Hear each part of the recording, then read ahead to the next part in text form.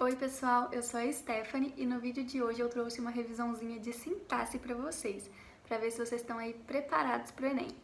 Quem não tiver, não se preocupe, porque aqui no canal tem vários vídeos anteriores explicando direitinho os conteúdos. A gente tem também as apostilas que as meninas preparam com muito carinho, então deem uma olhada. Inclusive tem uma revisão completa lá de sintaxe na apostila, então não percam, hein?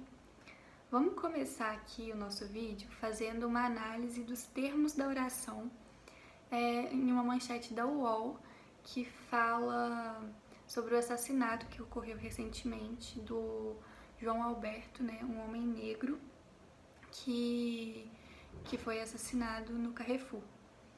E aí essa manchete fala sobre a repercussão que teve na mídia internacional. Então vamos ver. Mídia internacional destaca morte selvagem e indignação em Porto Alegre. Para quem não lembra, os termos da oração são divididos em essenciais, integrantes e acessórios. Os termos essenciais são o sujeito e o predicado. Então, quais que são aqui o sujeito e o predicado nessa frase? Mídia internacional é o sujeito e destaca morte selvagem e indignação em Porto Alegre é o predicado. Então, esses são os termos essenciais. E aí, dentro dos termos essenciais, nós temos os termos integrantes. Na verdade, dentro do predicado, nós temos o termo integrante, que é o objeto direto. Quando a gente faz a perguntinha para o verbo destaca o quê?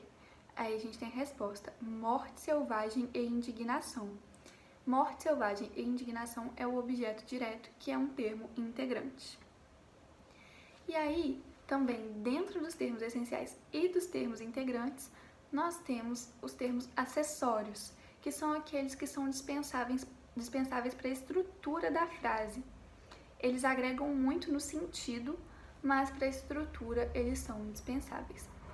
Então, aqui, quais são os termos acessórios no sujeito? Internacional, que é um adjetivo para mídia. E no predicado, quais são os termos acessórios? Selvagem, que é um adjetivo para morte.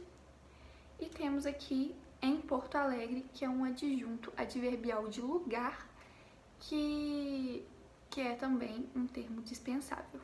Agora, para falar de classificação das orações, eu trouxe aqui uma manchete de A Fazenda. Vamos ver. Mirella detona Jaque e chama Stephanie de ingrata no Hora do Faro. Aqui vocês podem perceber que são duas orações, porque tem dois verbos, né? Detona e chama. E essas orações, elas não exercem uma função sintática uma sobre a outra. Elas estão agrupadas, cada uma contém o seu sentido completo. Então, e aqui a gente tem a conjunção e, que dá uma ideia de adição, de continuação dos fatos. Quando a gente tem a conjunção, a gente chama de oração coordenada sindética. E tem vários tipos de oração coordenada sindética. Igual aqui a gente tem o e, então é oração coordenada sindética aditiva. Se a gente tivesse o mas, por exemplo, seria uma oração coordenada sindética adversativa. Tipo, eu estudei, mas tirei nota ruim. E aí o mas está fazendo uma ideia adversa, de oposição, então sindética adversativa. Mas e se a gente não tiver a conjunção, como é que é chamado? Oração coordenada assindética. Quando são orações que estão agrupadas sem uma conjunção. Por exemplo, Maria acordou, comeu, dormiu. A gente tem só a vírgula ali agrupando os verbos, as orações. Então, e quando a oração exerce função sintática uma sobre a outra? Aí não é mais oração coordenada, aí são orações subordinadas. Vamos ver aqui um exemplo numa manchete do G1. Bolsonaro diz que tensões entre raças no Brasil são importadas e alheias à nossa história. Até dói de ler, né, gente? É uma fala completamente ignorante, mas que serve para duas coisas aqui pra gente. Nos mostrar a importância de estudar para não falar uns absurdos desse e pra gente analisar as orações.